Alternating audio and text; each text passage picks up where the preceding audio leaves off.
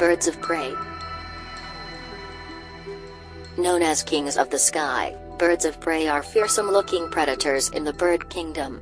They play a vital role in keeping many ecosystems around the world effectively balanced. Characteristics. Birds of prey are also known as raptors. The term comes from the Latin word rapier, which means to seize or capture.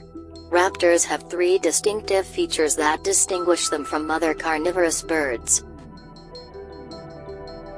First, they have very good eyesight so they can spot their prey from far away. Second, they have sharp, curved claws that enable them to scoop up their prey. Third, they have hooked beaks that allow them to tear apart their prey before eating it. Diet. Birds of prey feed on a great variety of animals, including rodents, frogs, snakes, fish and small birds. All raptors hunt creatures that are alive, except vultures. Vultures are scavengers and they eat dead animals.